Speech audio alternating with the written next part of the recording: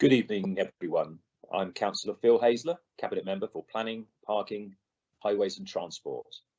Thank you for joining us this evening to start thinking about preparing the South West Maidenhead Development Framework Supplementary Planning Document, otherwise known as SPD for short.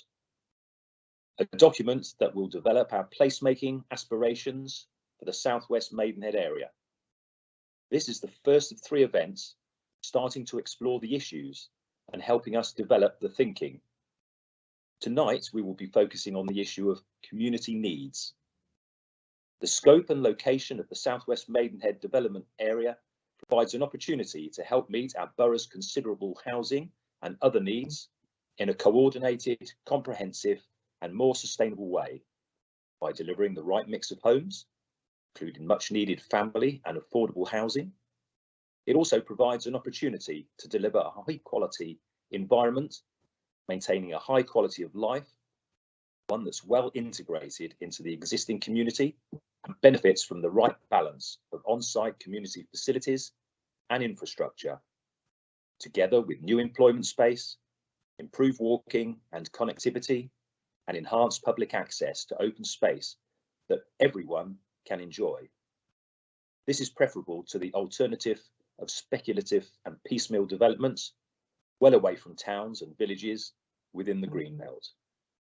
It would put pressure on services and facilities in those communities.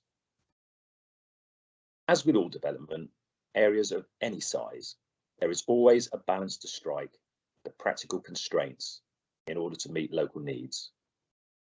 The preparation of the borough local plan itself has involved careful and sometimes challenging decisions that balance needs and requirements, not least in relation to the South West Maidenhead area, bearing in mind the requirement to meet our considerable housing needs.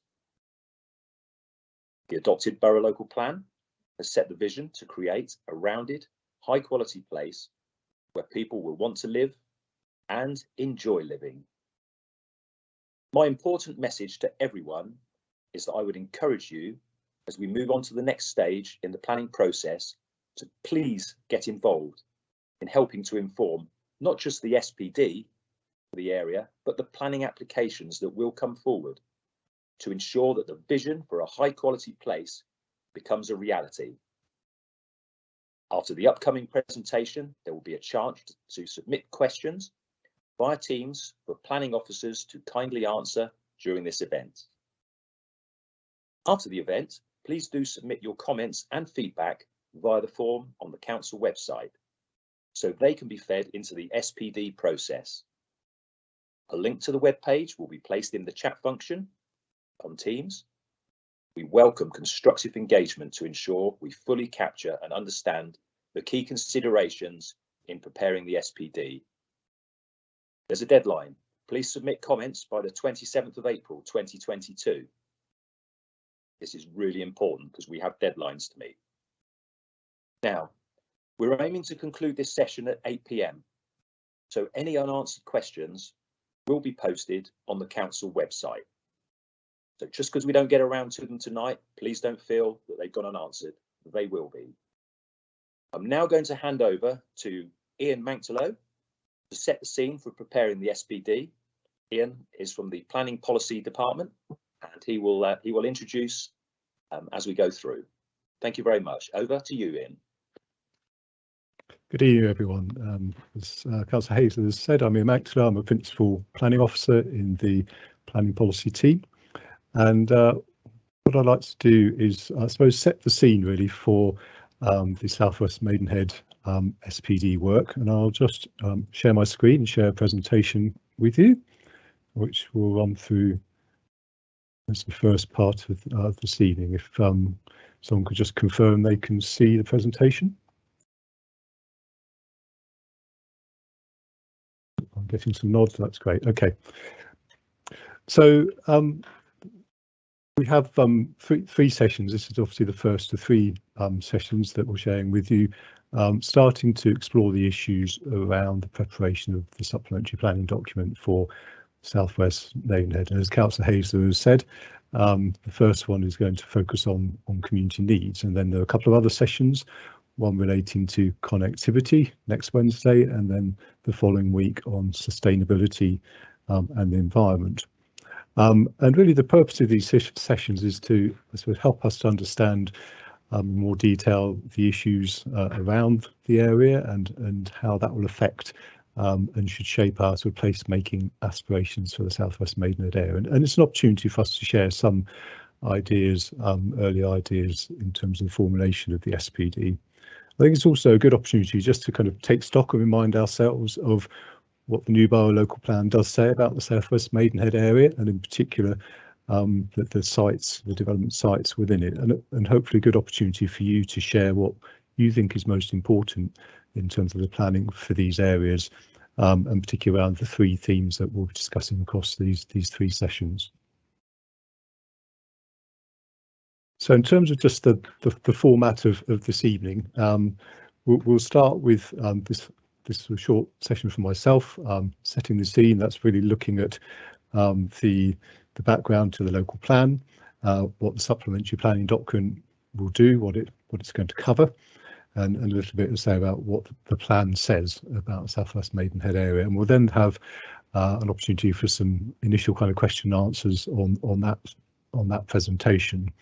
So do put those questions and answers in the Q&A sort of box now, and as we go through the presentation, and then we'll pick those up.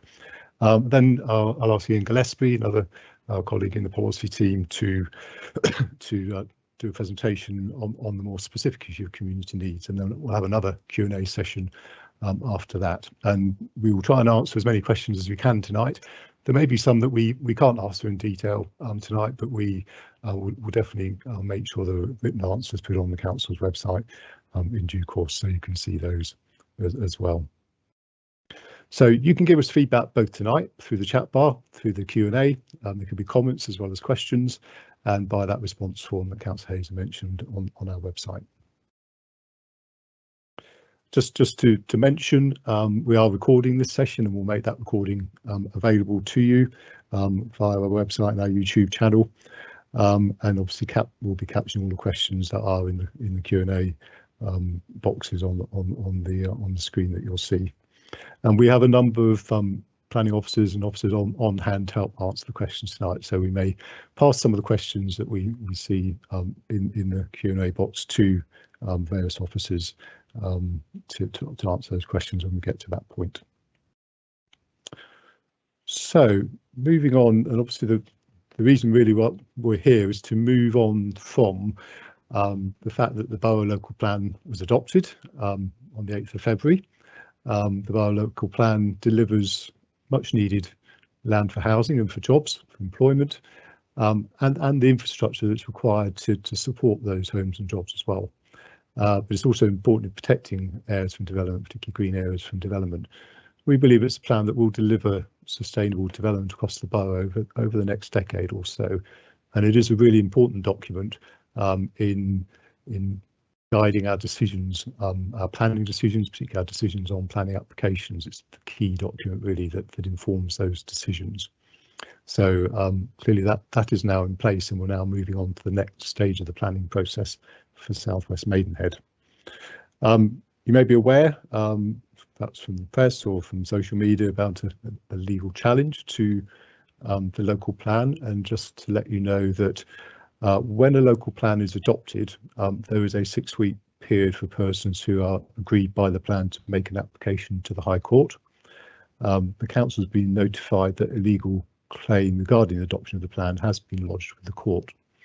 We believe that the adopted borough local plan continues to have full weight in the planning process, and the fact that something has been lodged with the court doesn't affect the work being undertaken on this SPD. Clearly, because there are legal proceedings in train, we cannot comment any further tonight on that legal challenge, but just so you're aware of the situation. So why are we producing a supplementary planning document, a framework SPD for the area? The local plan provides a good amount of detail actually about the South West Maidenhead area, and particularly the development sites within the area. and that provides the framework and the basis for developing an SPD. But the SPD will help to set out how the area can achieve a comprehensive and coordinated approach to development, and also the timely and coordinated delivery of all the necessary infrastructure to accommodate that development as well. So it's really important in helping to put that together and ensure that there is that comprehensive and coordinated approach. It will provide more detail to guide planning applications as they come forward, and it will set some design principles, and we'll try and illustrate that in the document and ultimately illustrate it through an illustrated master plan for the area. But it won't provide all of the detail, and particularly issues like design and the detail of design will be matters for when planning applications come through in the area. And perhaps particularly importantly, the SPD provides guidance that supplements local plan policy. It doesn't try to rewrite that policy. It doesn't try to change or write new policy in the local plan. So it is, as the name implies, there to supplement what is already in the local plan. And that is really important to understand that in terms of the content of what will be in the SPD. I think it's really important to perhaps just explain where this process fits within the wider planning process, because in effect there are three kind of key stages from the early planning to actually determining a planning application and seeing development happen on the ground. And we've been through that first stage through the borough local plan that sets out the kind of more detail, the high level policies for an area, and for the Southwest Maidenhead area says where development should be going. But this supplementary planning document will then provide that next level of detail and guidance around the delivery of those policies and help to illustrate how that may come forwards. But there's then a further stage, which is the actual submission of planning applications, and they will deal with the detailed design, the detailed layout, the overall quantity of development that would happen on individual sites.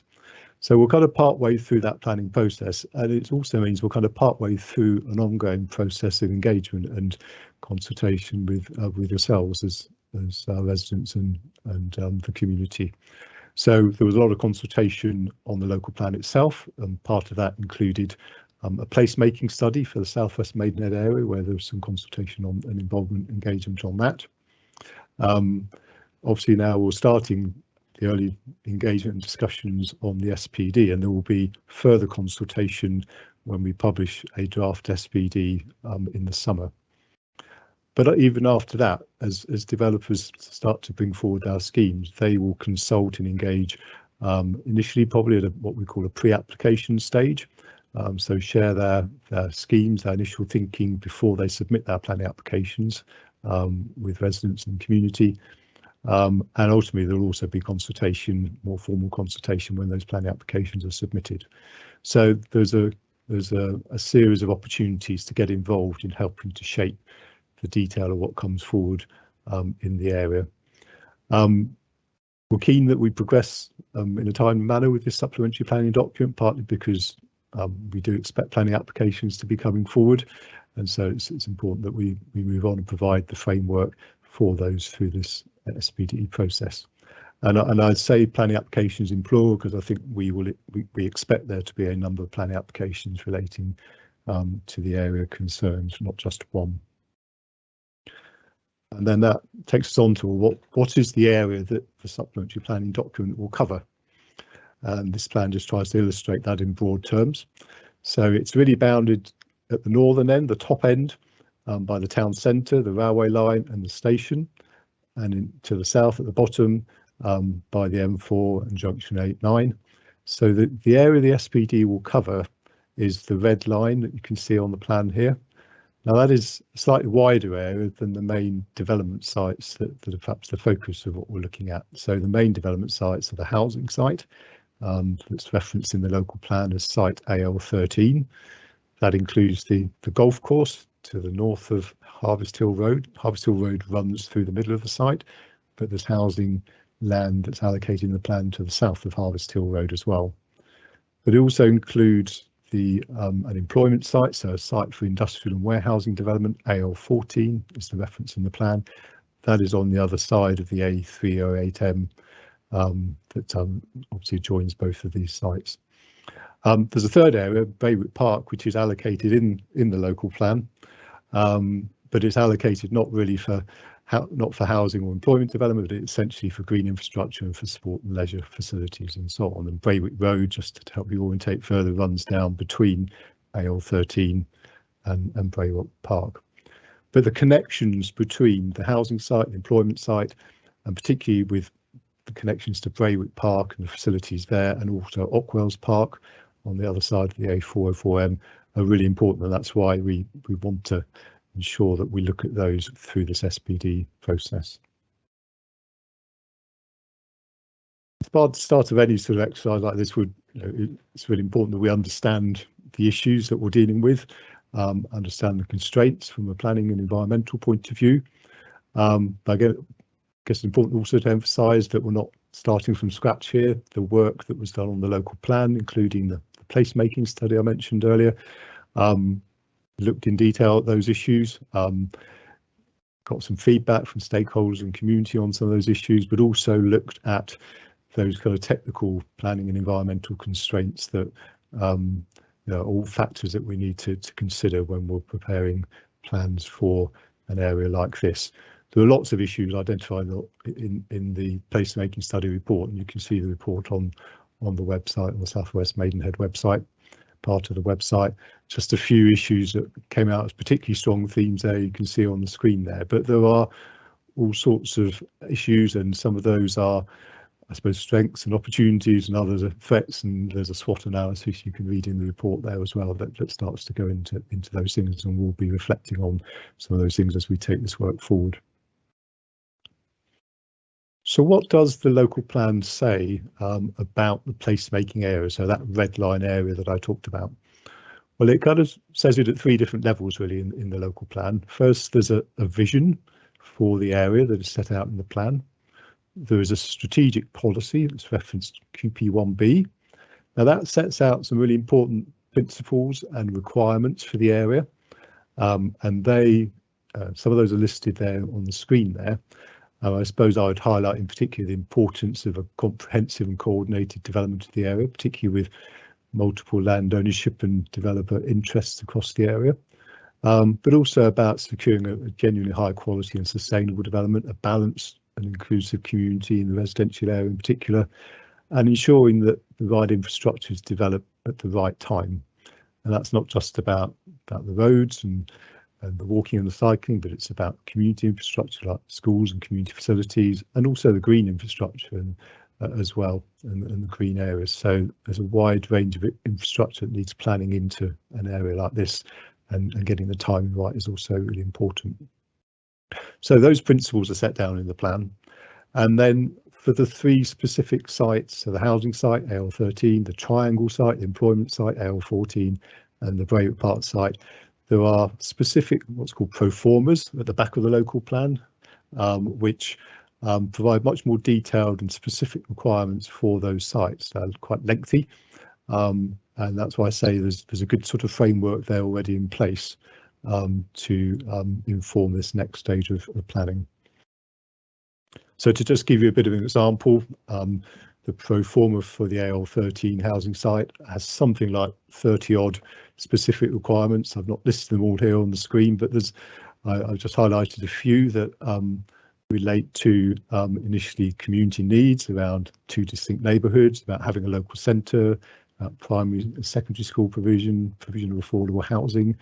They'll all feature, and we'll touch on those a little bit later this evening, but also issues relating to connectivity, so transport, walking, cycling, vehicular access, public transport integration, and then the green and blue infrastructure, so green areas, green spines, biodiversity, those issues which we'll look in more detail at the third session, but they all come out of these pro formas. And overall, the AL13 housing site is expected to accommodate about 2,600 homes across about 90 hectares of land, or that's about 225 hectares in old money, so to speak. The pro formas both for the triangle site and Braywick Park.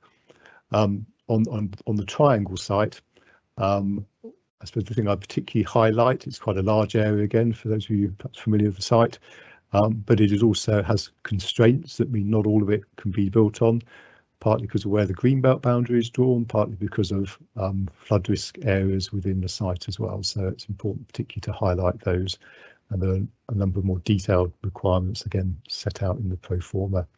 And with Braywick Park, I think the importance of connectivity to the wider areas is a really, is particularly highlighted in the pro forma.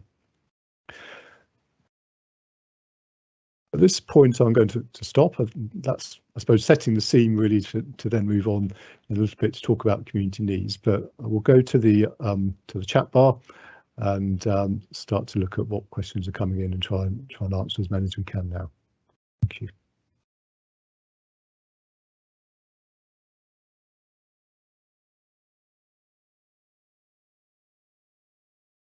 Ian, whilst you've been speaking, I've been looking at the questions coming in to the chat bar. Sorry everyone, it's Ian Gillespie here. I was the interim policy manager going through the stage 2 local plan hearings, and have continued to work with Ian and the rest of the policy team, in particular on the Southwest Maidenhead work.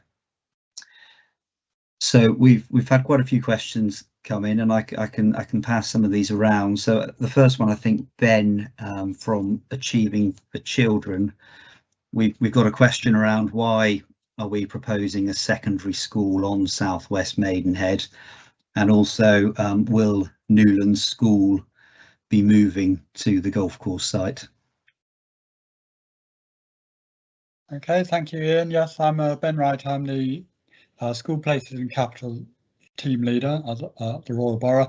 I work for Achievement for Children, but we deliver children's services for the borough. With regard to the questions, the first one about why the secondary school is planned for this site is quite simple, really. This is the only site that was available to us. It was large enough for a secondary school. Essentially, we need somewhere like 6 to 7 hectares for a proper size secondary school. Obviously, we've got a bigger site than that because we've got a primary school planned for this site as well. And therefore this was the only option for putting a secondary school, a new secondary school in the town. I accept that obviously this school would be relatively close to Desborough College. All I would say is that obviously Desborough College is a boys' school. We will be planning a co-ed school, i.e. for boys and girls on this site. So that's something to consider. The second question about Newlands, yes, I'm aware that there has been some ideas raised about moving Newlands to the site on the golf course. If it did move, we would be able to expand it slightly up from 192 children per year group to 210. Not a huge increase, but a little bit of one. I think that's obviously something we would have to consider very carefully, and I can imagine that there would be quite a lot of debate about it. We'd be changing the priority for children for getting into the school, as those children, families who are currently close to Newlands, would no longer be as close if it moved to the golf course. But I think what will happen is once we decide there is a need for new secondary school provision on this site, we'll be going out to public consultation, a separate process to the planning process. It's an education consultation on how best to deliver secondary school provision on that site in terms of what sort of school it should be and so on and so forth.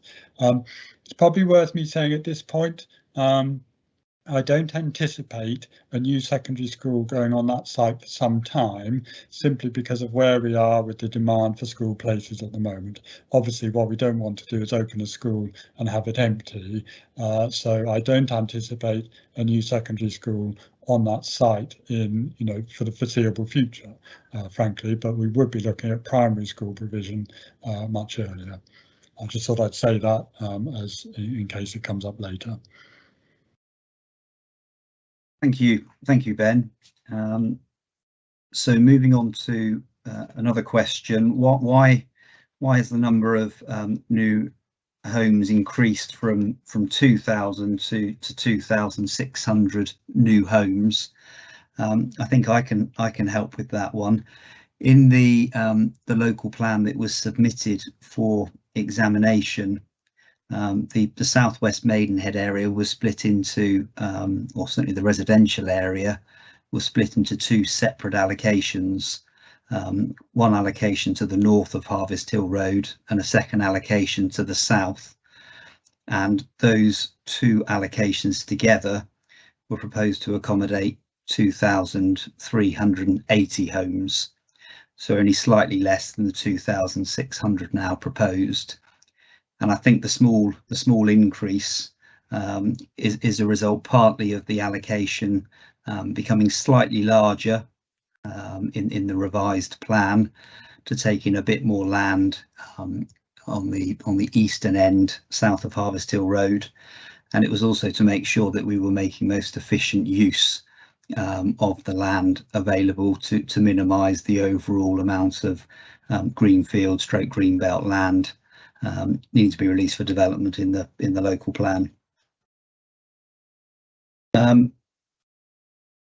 We've got a question in relation to whether any improvements are planned for pedestrians and cyclists along Harvest Hill Road, and also whether we are looking to tie in the Southwest Maidenhead SPD work with the local cycling, walking infrastructure plan work that the council is conducting at the moment.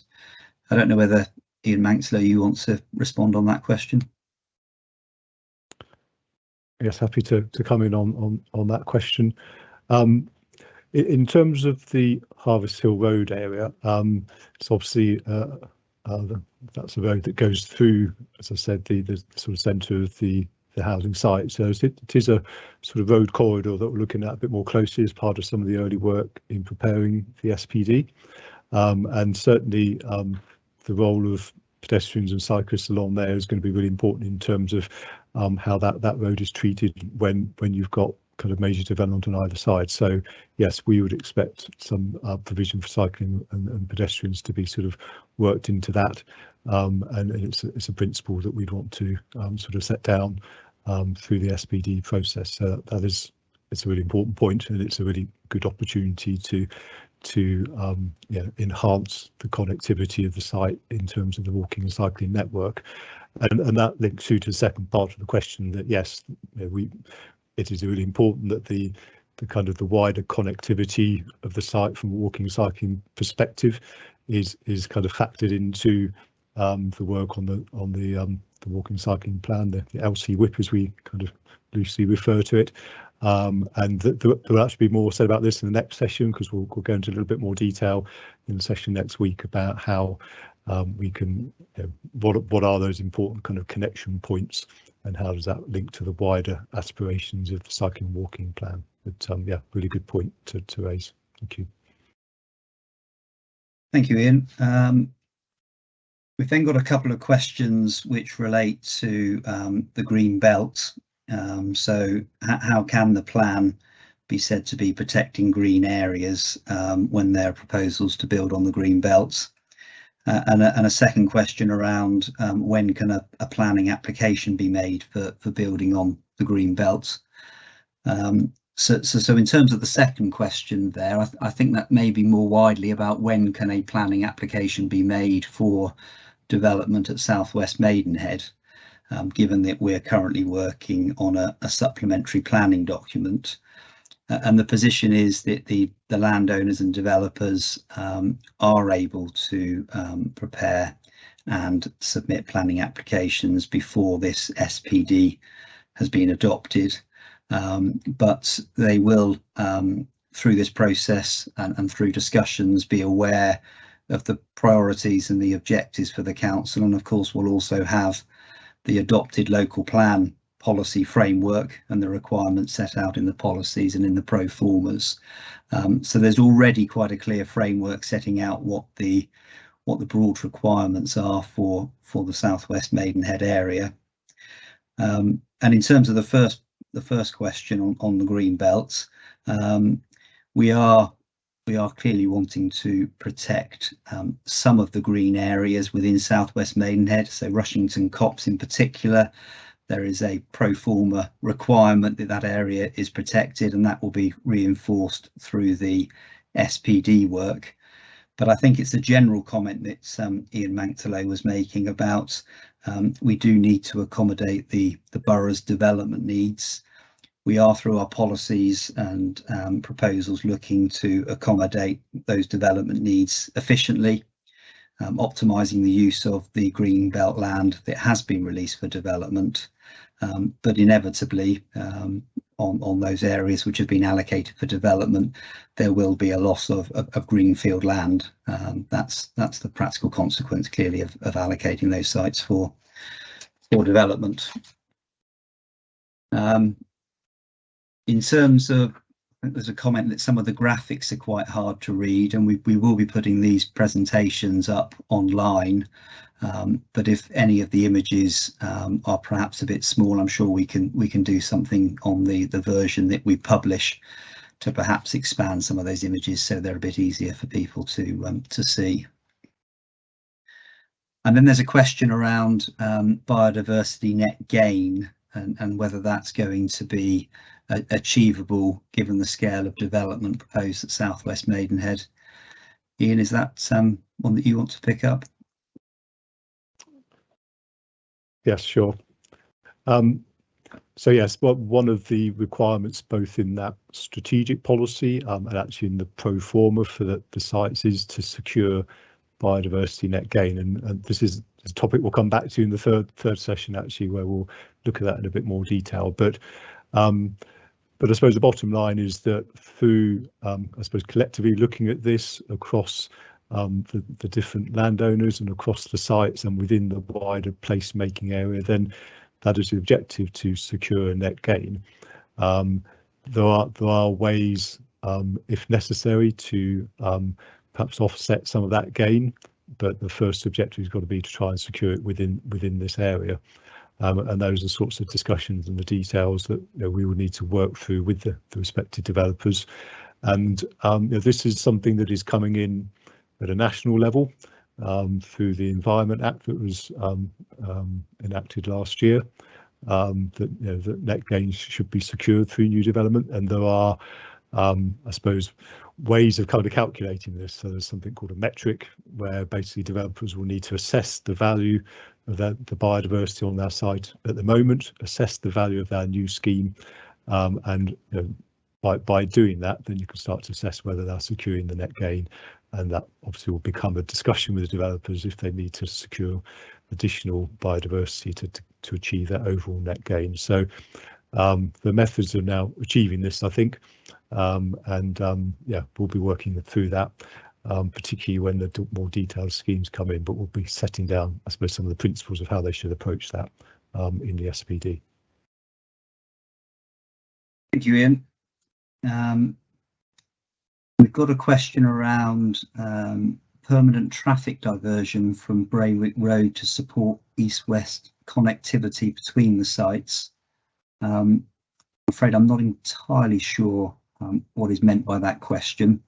If the person who raised that point wants to provide a bit more clarification, certainly very happy to try and answer that one. And then there's a query around healthcare provision and the shortfall given the scale of development planned here, and what are the proposals. I will touch upon healthcare provision in my presentation shortly, but to answer the second question, yes, there certainly are discussions already taking place with the relevant clinical commissioning group around how healthcare needs arising from not just South West Maidenhead, but also from Maidenhead more generally, and how they can best be met. And there is certainly an opportunity for something to be provided on the South West Maidenhead development area.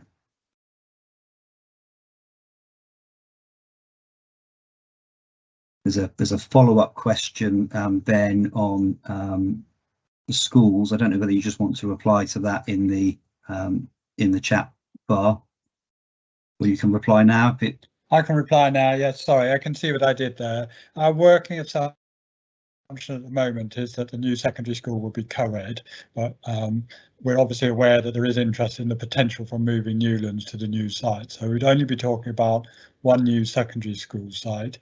Obviously, as part of the discussions, if Newlands were to move to the new school site, is what we then open on the current Newlands school site, which would obviously be no bigger than the Newlands is at present. So we are only talking about one new school site.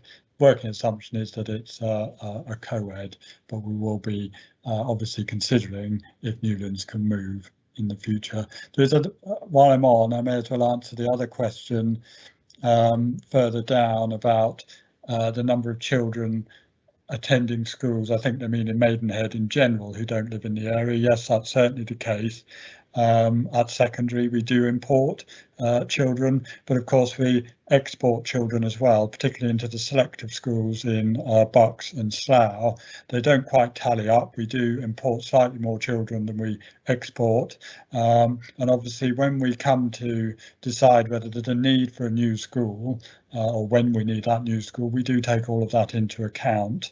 And we won't be seeking to open a school just so it's filled with children from Outborough. Thank you, Ben. The questions are coming through thick and fast now, which I think is really good. Getting a bit of a debate going, but I am also conscious of time. So if I can move on to the second presentation on community needs, and I'm sure there may well be some questions that arise from that presentation.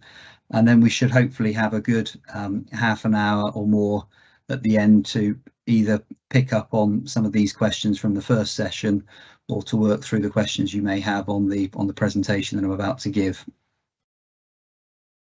So I'll just share my screen.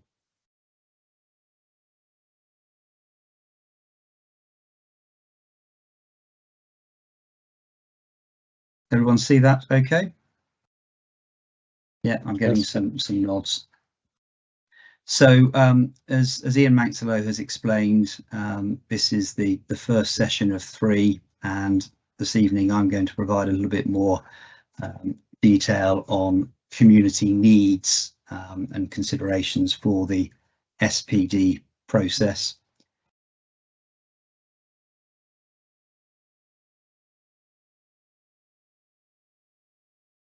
Sorry, it's lagging a bit. So I'm going to cover four main themes: the need for new homes, education requirements, which we've touched on already, the proposed local centre and other community facilities, and recreation space provision. So in terms of housing, quite a bit of discussion at the local plan examination around the appropriate level of housing to be planned for, but the independent inspector concluded that the objectively assessed need, or that the level of housing that needed to be accommodated within the Royal Borough, was 14,240 new homes over the 20-year plan period, and Southwest Maidenhead will deliver between sort of 15 and 20% of that housing need. And as set out on the slide, council are very keen that provides a good proportion of family housing, and it will also need to deliver affordable housing. And for those that have been following the process, there were some very difficult decisions, I think it's fair to say, some very hard choices to be made in, first of all, allocating the site in the plan, and then setting out the policy framework to enable delivery of Southwest Maidenhead. And officers and the local community and councillors were all looking at how we meet local housing needs, how we can minimise the amount of greenbelt land that needed to be released for development, amount of greenfield land, and also how we could deliver more affordable housing and family housing. And there were some difficult decisions that needed to be made, and those were subject to consideration by an independent inspector. And we now have the framework which is set out in the adopted local plan.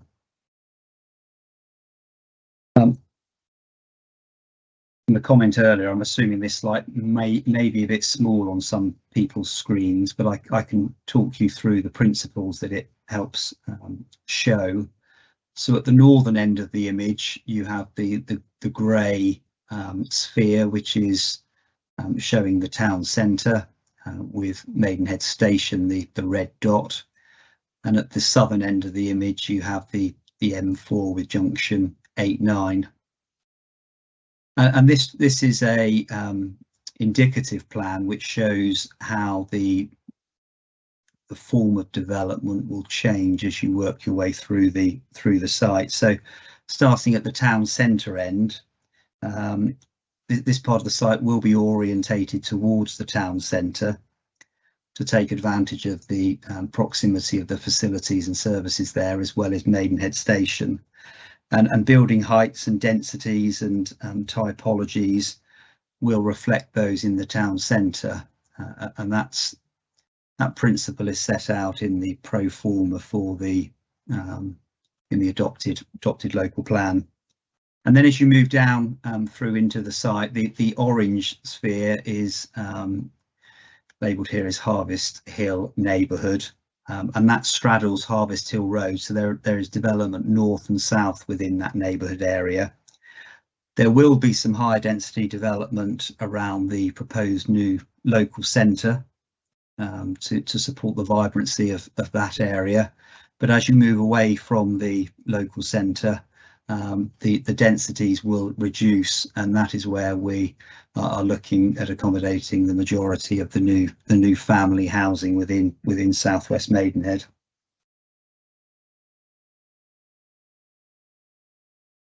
So as I say, it's important that we have a good balance between family housing, houses and flats. And at the moment, we think there's probably going to be a roughly even split between the houses and flats to make up the 2,600 provision overall. But the detail won't be firmed up until the developers come forward and work up their planning applications. We do want to have a good mix, I think, partly so that there is new housing provided for those young professionals, for families, for older people, etc. So a truly mixed community. But we do also need to be mindful of making sure that the mix that we come forward with supports the mix necessary across not just Maidenhead, but also across the whole of the borough as set out in the local plan.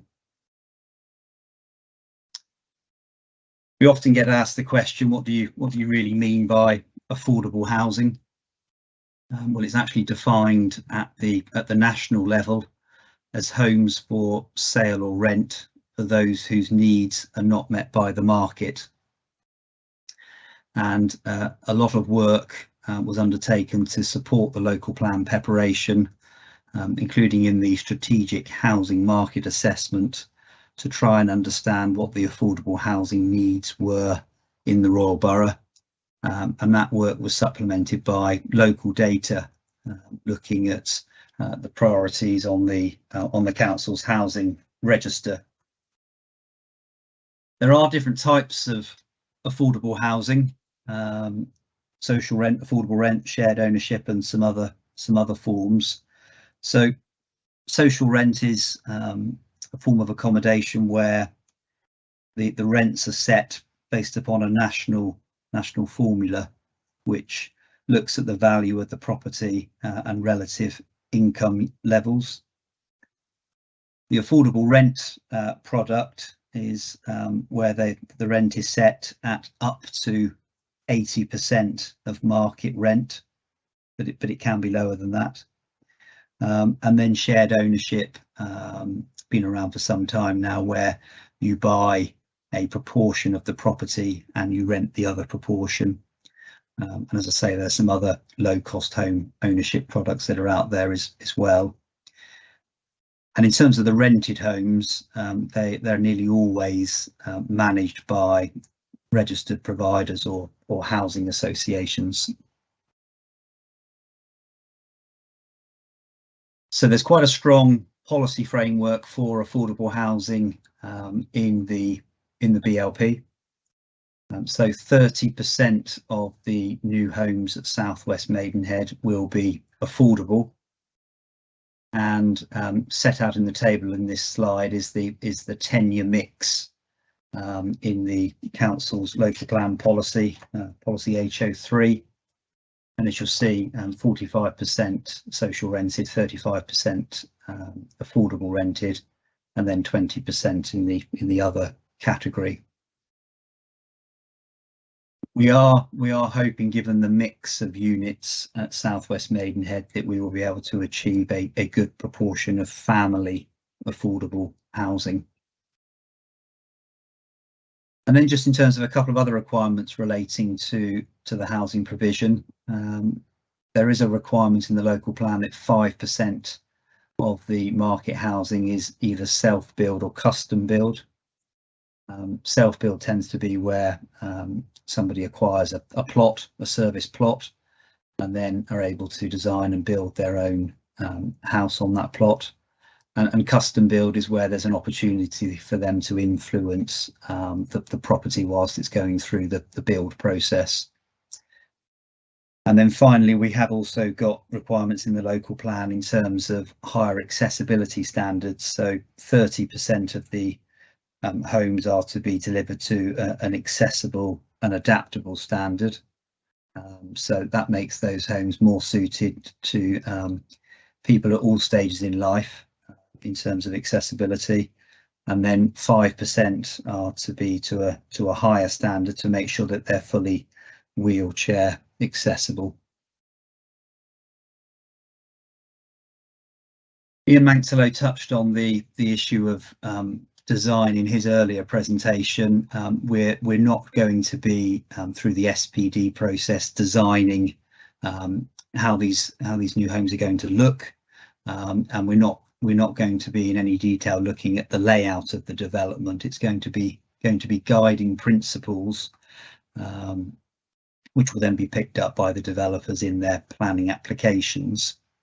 But we do already have the borough-wide design guide, which provides a strong set of design guidance principles which are applied to planning applications in the borough, and we will be cross-referring to that in the South West Maidenhead SPD.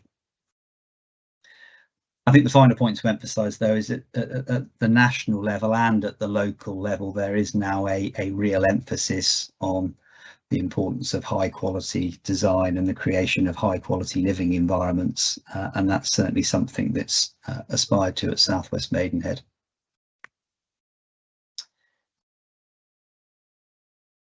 Ben Wright has already provided some information on the proposed new schools at South West Maidenhead, new primary school, fourth form entry, and a new secondary school.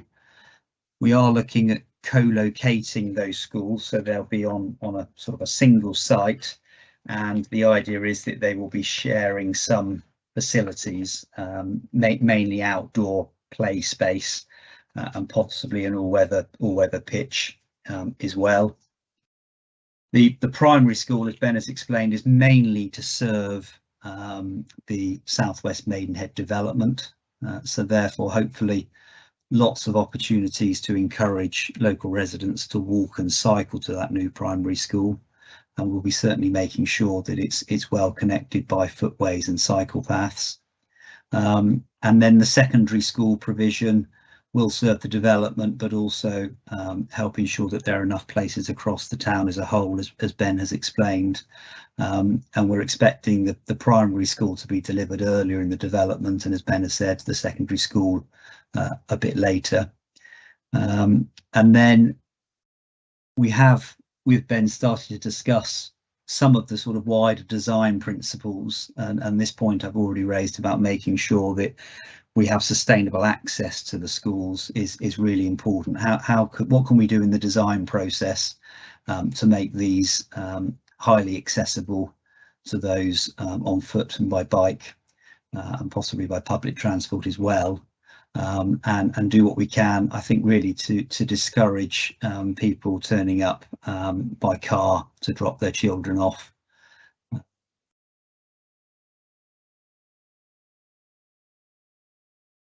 So there is a requirement in the local plan for a new local centre to be provided. This is going to be just north of Harvest Hill Road.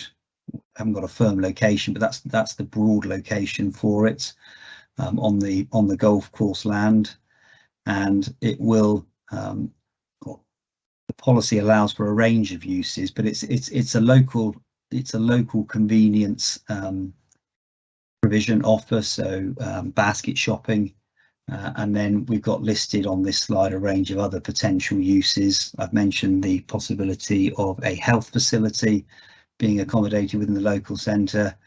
We need to have some space for the police, recycling facilities, and also a sort of a community hub element, a meeting place, evening classes, etc. We are wanting to have this local centre in reasonably close proximity to the schools, so there's the opportunity of multi-purpose trips, but we do also have to take account of other factors, including sort of access and connectivity, the commercial viability, where would those potential occupiers want to be located, and also the visibility of the local centre to passing trade.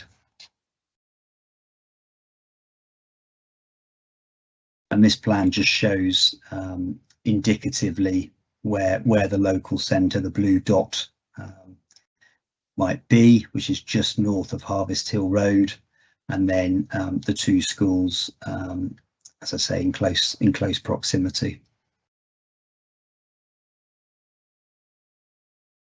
And then finally, in terms of recreation, we have got a third session where we're going to talk a bit more about open space and green space, but there is a requirement in the local plan for on-site recreation provision, formal children's play provision, teenage play areas, etc.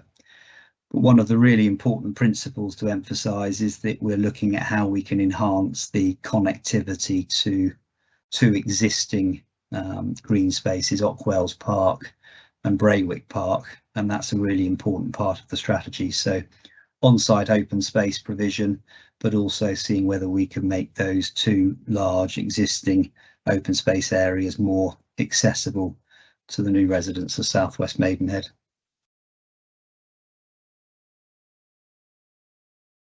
And then the final slide here, certainly not an exhaustive list, but some of the questions that you may feel you'd like to respond to in coming back with any written feedback following these 3 engagement sessions.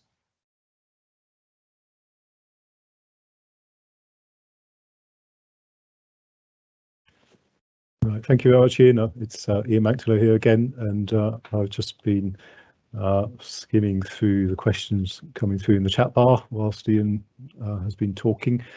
Thought we might pick up 1 or 2 coming in towards the end of the chat bar that relate to what Ian has said first, and I think we'll probably have some time to go back to some of the earlier questions that we didn't get to after the first presentation.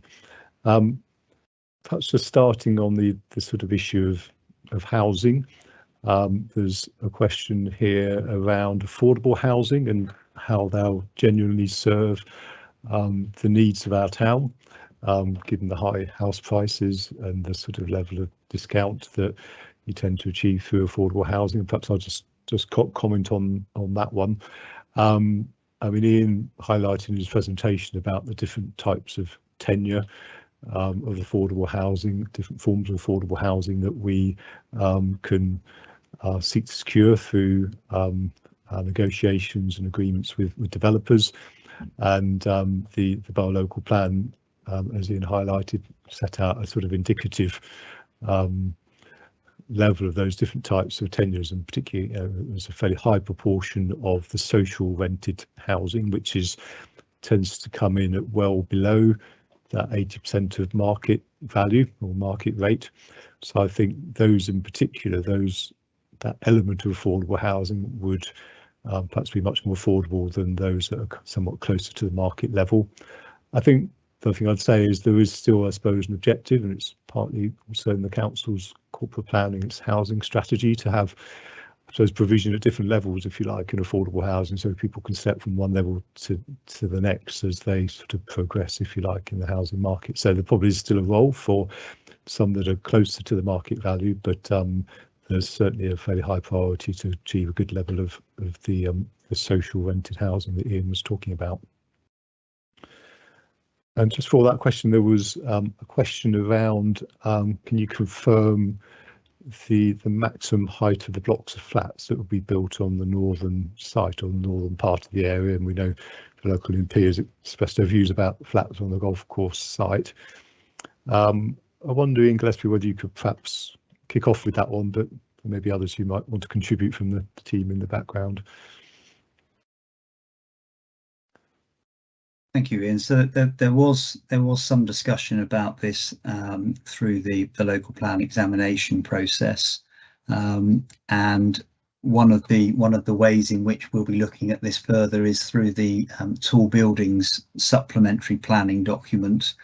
Another SPD to be prepared, but that will provide some further guidance and will also be subject to consultation on the appropriate building heights for that part of the site, taking into account the context of the surrounding area, but also taking into account the need to optimise the delivery on that part of the site, given its highly sustainable location.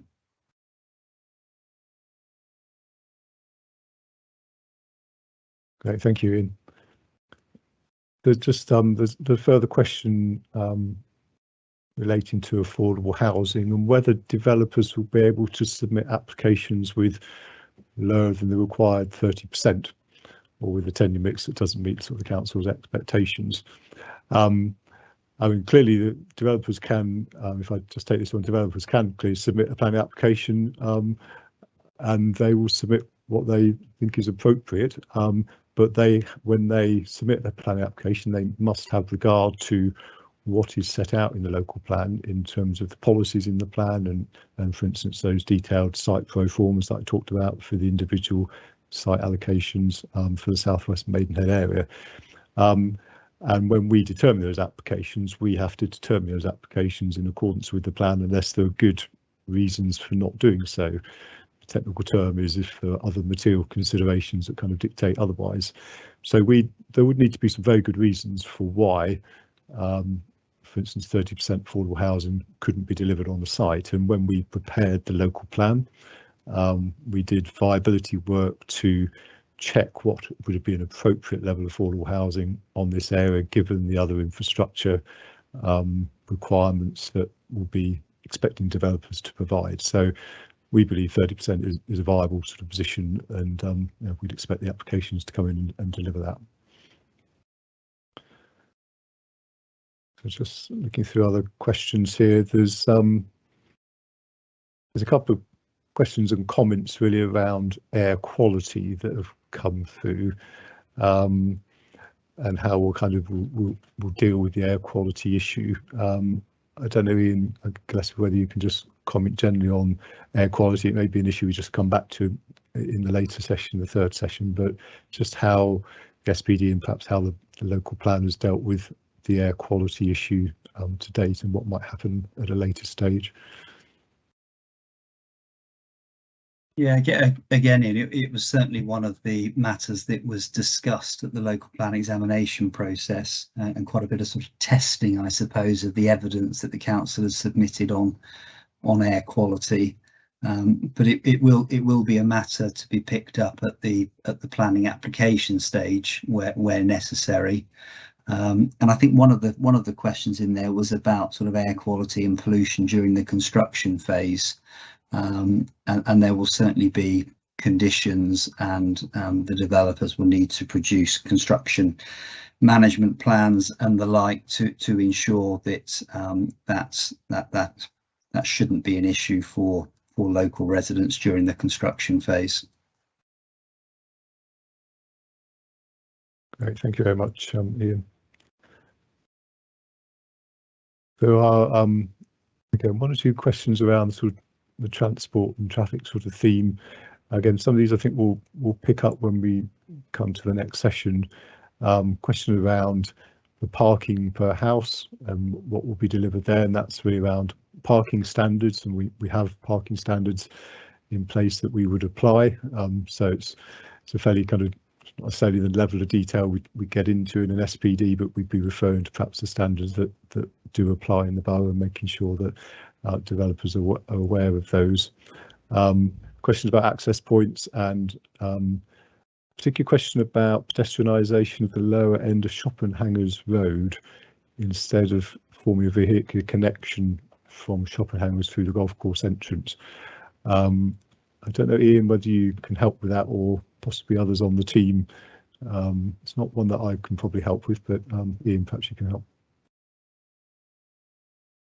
Yeah, I think that might be one better for Chris Joyce to answer at the next session. I'm sorry for the person that's asked that question if they're not able to make the next one, but I wouldn't want to say anything that was incorrect. Chris Joyce leads the council's highways team, so I think probably better to wait for Chris to respond on that one, Ian. Okay, thank you, Ian. We'll do that.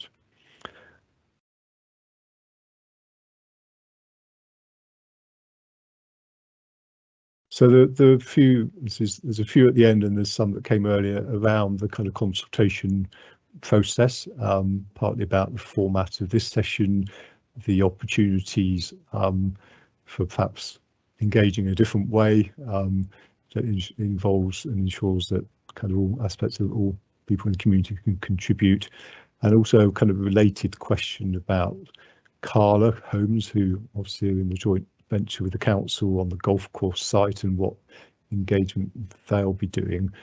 I'll perhaps just make a couple of comments, but maybe also ask Adrian Waite, who's our head of planning, who's on the call, just to perhaps comment as well about engagement and comments also related to how we really take into account what's been said, both at this session and other sessions. But just in terms of the sort of format, obviously we're doing this as an online session. I suppose we felt this was a way of giving kind of maximum access to the information and for people to be able to input, but there will be a second opportunity, an opportunity when obviously there are firmer proposals in terms of the draft SPD, where people will be able to perhaps look in more detail at what's been proposed.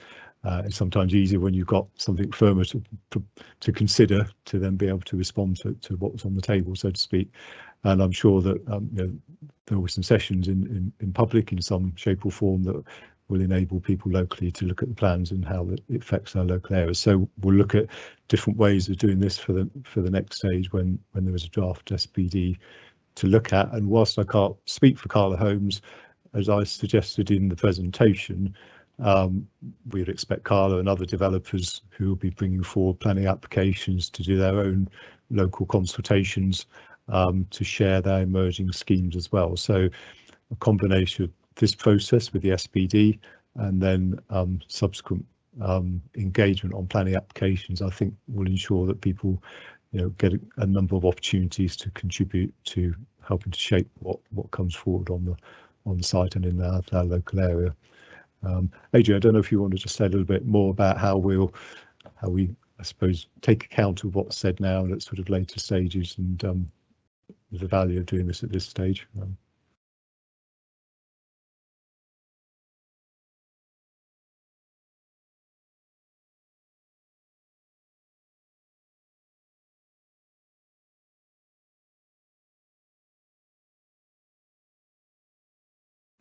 I think you're on mute at the moment, Adrian. Apologies, everyone. So obviously this is a genuine effort by the council to engage. We're going to take all of the questions that we get in the chat tonight, or the Q&A tonight, and take those and consider them in detail, as well as any comments we receive through the the other formats that we've advertised for people to submit those comments to us outside of this session, for people who want to think about things and submit them later, people who wish to, who can't attend tonight and want to put in comments.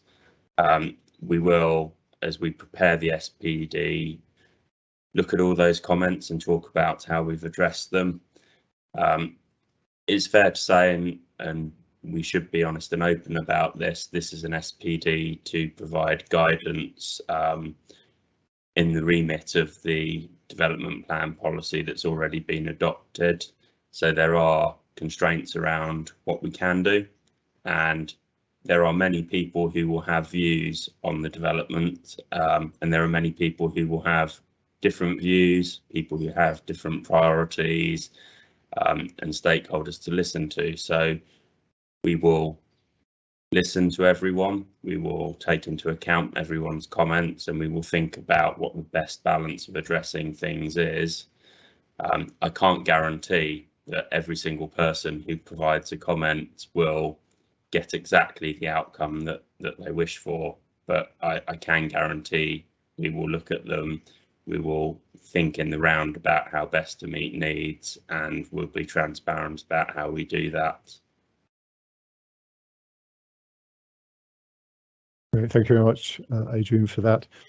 I'm going back sort of earlier in the chat bar now to some of the earlier questions, to just to try and pick up on some other sort of themes that are coming out from the discussion. There's a couple of questions relating to Thames Water and the need for new sewage works, and just is there sort of the capacity to accommodate the impact, if you like, of a lot of additional residents in the area. And I think partly a reference back to the examination and what Thames Water may have said at that time. I don't know, Ian Gillespie, whether you might put a comment a little bit further on that general issue of sewage treatment capacity. I'm not sure I've got the detailed answers to hand, Ian, but generally it will be necessary at the planning application stage to demonstrate that there is adequate capacity, and I think through the examination process, given the responses we received from Thames Water and others, and the independent inspector's consideration of those comments, it was felt that it was a matter that could be addressed through the planning process, and hence the site was allocated. But I'm afraid I haven't got any more specific details to hand in. Okay, no, that's fine, and I think in some extent it partly demonstrates that information comes through at kind of different levels again in the planning process, and as you say, Ian, then Thames Water will be consulted both on the draft SPD when we get to that point, but also clearly on the individual planning applications to ensure that the whole capacity issue is dealt with. And that I mention that because there's the question there, quite a detailed question about have we done surveys, or will there be surveys done of protected species, and references made to slow worms, and again, that is probably the level of detail we'd expect to be assessed through a planning application, through ecological surveys that would be done, or habitat surveys that would be done to accompany the planning applications. It's probably not something we'll be doing specifically in relation to work on the SPD, but it would, those surveys would be required at the planning application stage.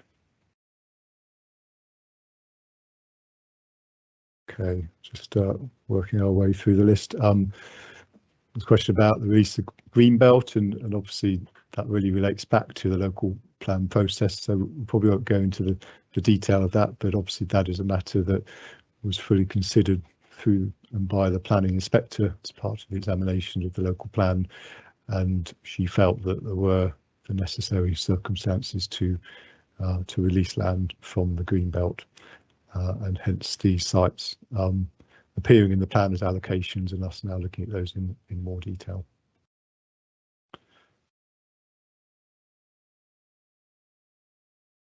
Just looking at other themes, I think we covered noise and sort of pollution. There was a question about Braywick Park, and it's quite a technical question about whether there are very special circumstances, how they might, will the SPD guide what that might be for any development that may be sort of inappropriate in the green belt at Braywick Park. This is all around the way that government policy is framed for the green belt.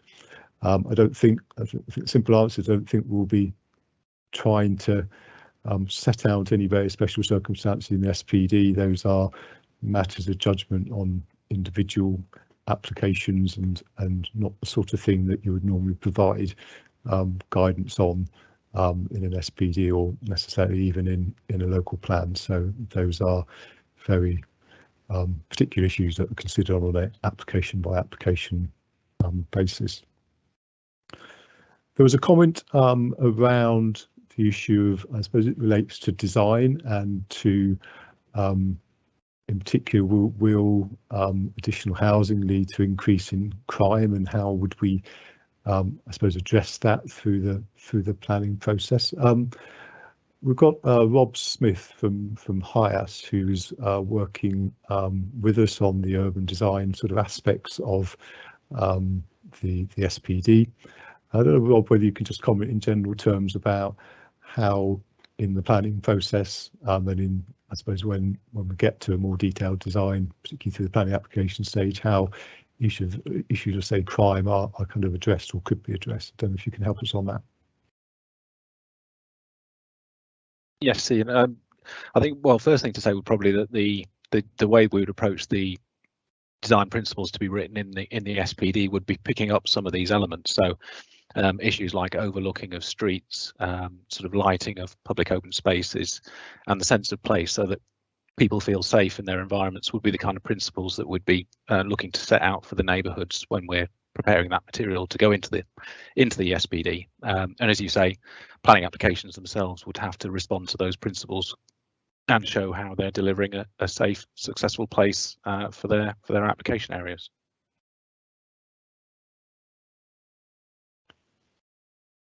Thank you very much, Rob.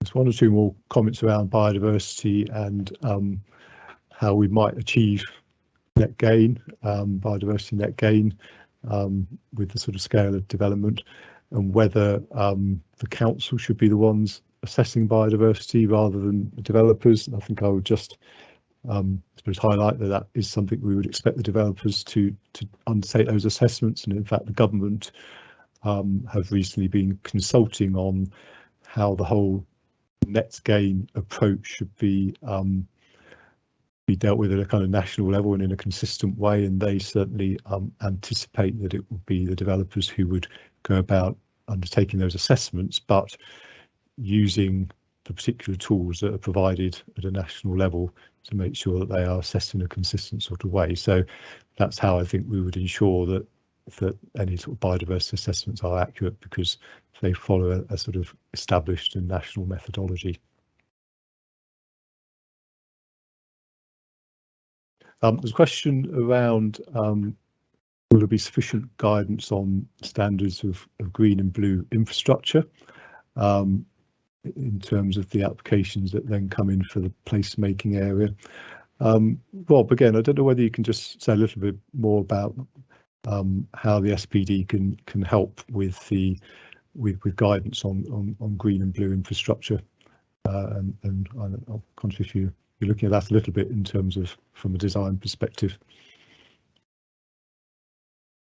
Yeah, I think similar to the last question, there's a degree that the principles that will be set out in the SPD around how you approach green infrastructure should be setting out all the important things that developers and planning applications need to respond to. So it may not go as far as kind of being specific around standards and land areas and the rest of it, but it will certainly set out the different typologies that will be required and the kind of facilities and activities that would be expected in different types of green space, and also principles around having good legible access to those spaces, so that people who are moving into the area do have good proximity and access to these green spaces, but also it fits into the broader network for adjoining neighbourhoods and adjoining communities, so they can also work through the site in a more seamless way through a better network of footpaths and cycle paths to reach key destinations, local destinations.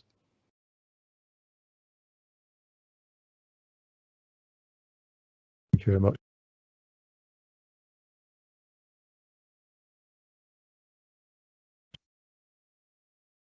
A couple of questions relating to trees and the use of tree preservation orders, and when they might be made, or should they be made.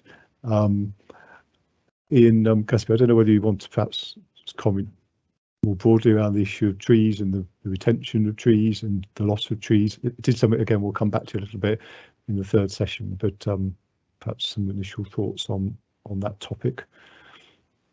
Yes, so we've already got in the local plan pro forma the need to retain Rushington Copse, the area of ancient woodland within Rushington Copse, but clearly there are a very large number of trees on the golf course site in particular, lining the fairways as they are at the moment, but also on the boundary of the golf course land.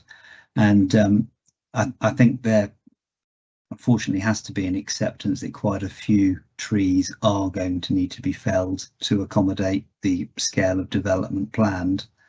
And this comes back to sort of the difficult decisions that I was referring to earlier. So the decision could have been made to say, actually, we will keep a large number of these trees and will only accommodate 1,000 or 500 homes on the golf course site, but that then leads to where are the 1,500 or the 2,000 that you haven't accommodated on the golf course going to be accommodated? That's more green belt, more greenfield land. So we do recognise that a number of trees are going to have to be felled to accommodate the development planned, but the SPD probably will include some further guidance around those trees which are probably going to be particularly important, maybe along the Harvest Hill Road corridor, in terms of making sure that's an attractive entrance point to the development north and south of Harvest Hill Road.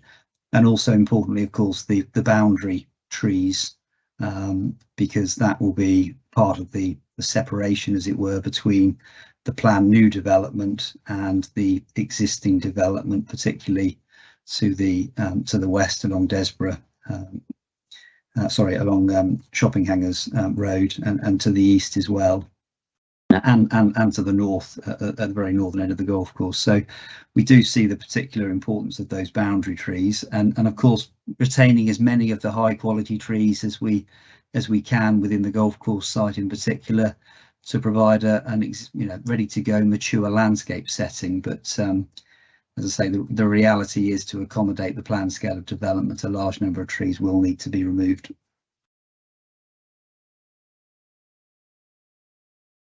Thank you, Ian.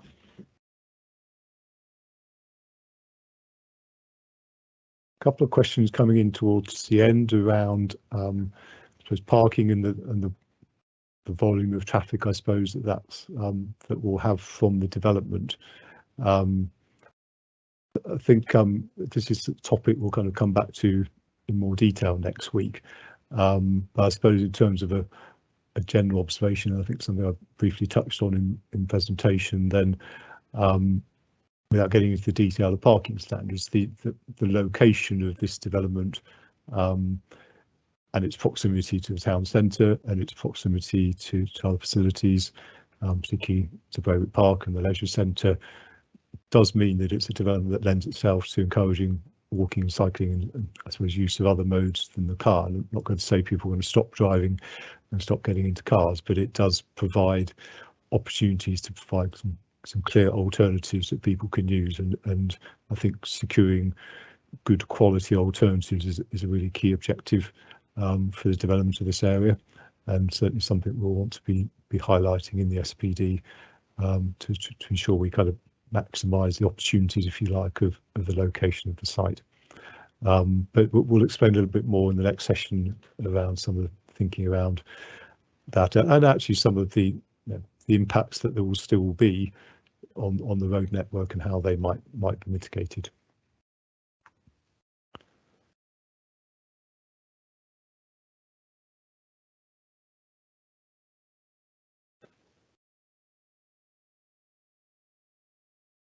Specific question about playing fields to support the 2 schools on the golf club site, in addition to the 2,000 homes. I don't know, Ian, Gatsby, whether you might just sort of comment in general terms, but it links partly back to the general point about recreation space, but it's also kind of an education point as well. Whether you can say any more just about playing fields at this stage.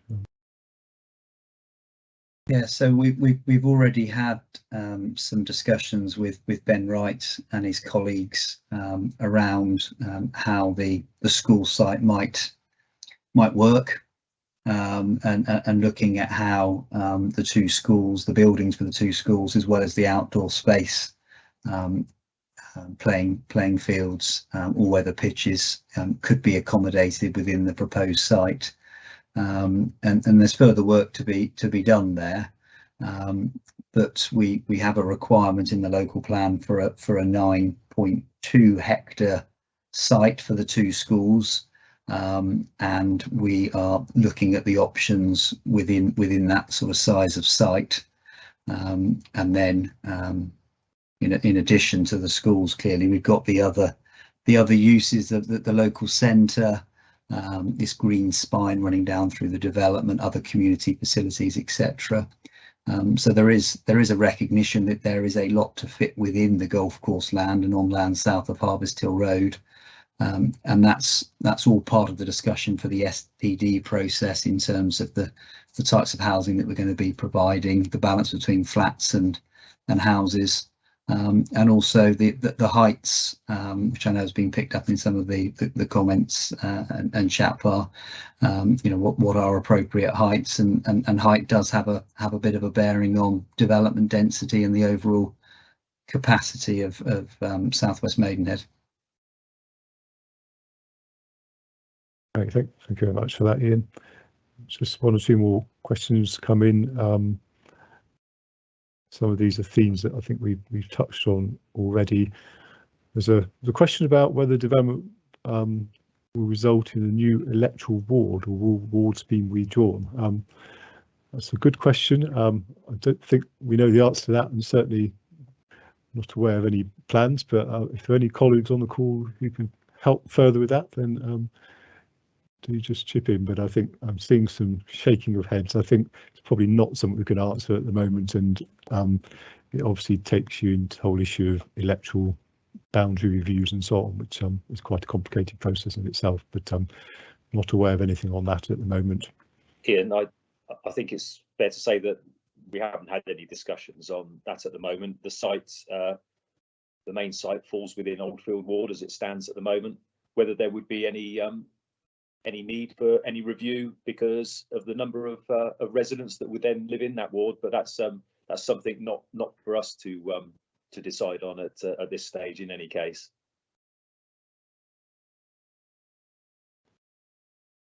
Great, thanks very much, Councillor Hazler, on that. We're pretty well at the bottom of the list of questions. There are 1 or 2 questions relating to some of the themes we've touched on already.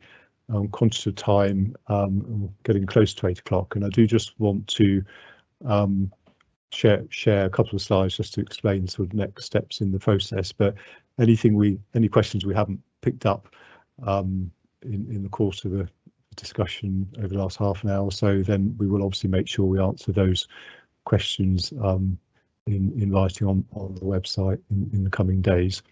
And the slides have been put up for me, so I'll just touch on these now. So just the next steps really in terms of preparing the SPD. We obviously have this session and a couple of further sessions to come over the next couple of weeks on the themes that we've talked about, and we've started to touch on those themes a little bit this evening as well, which has been good.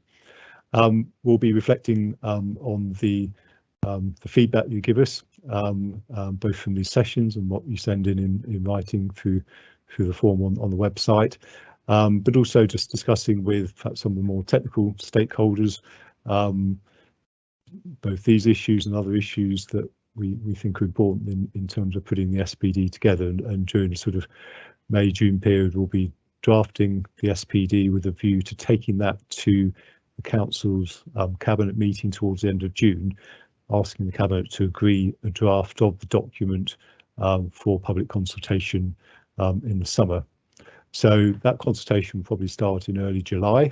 Normally in SPD, the consultation runs for about 4 weeks. We'll probably make that a longer period as we're extending into the summer holiday period, and there will undoubtedly be consultation events that we will arrange around the draft SPD document that we'll be sharing.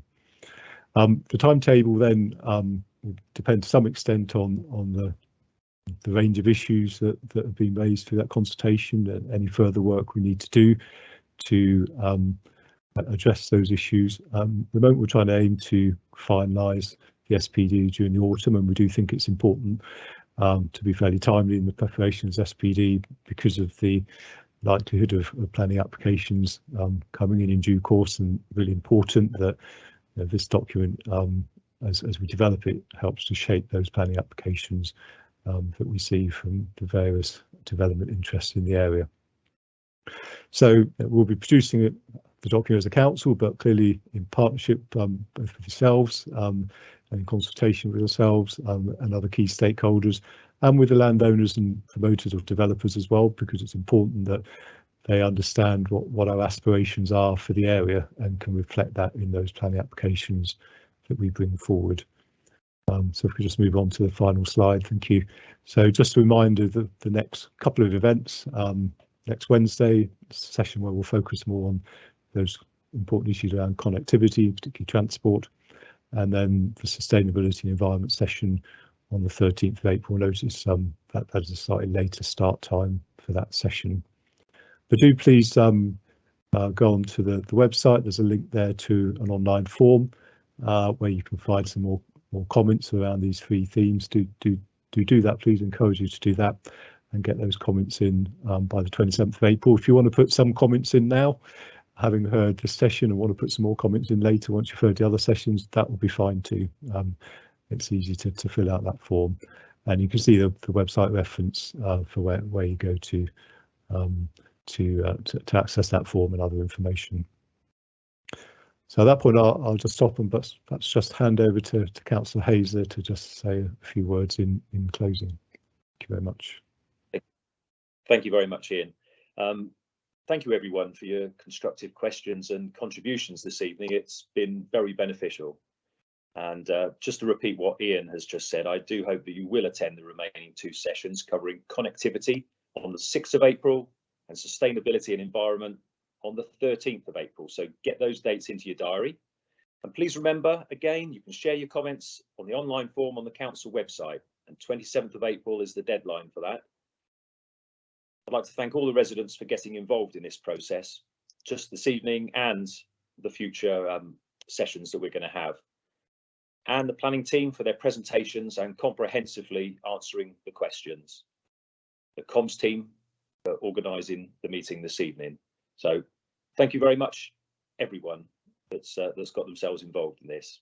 Gratefully appreciated. Thank you.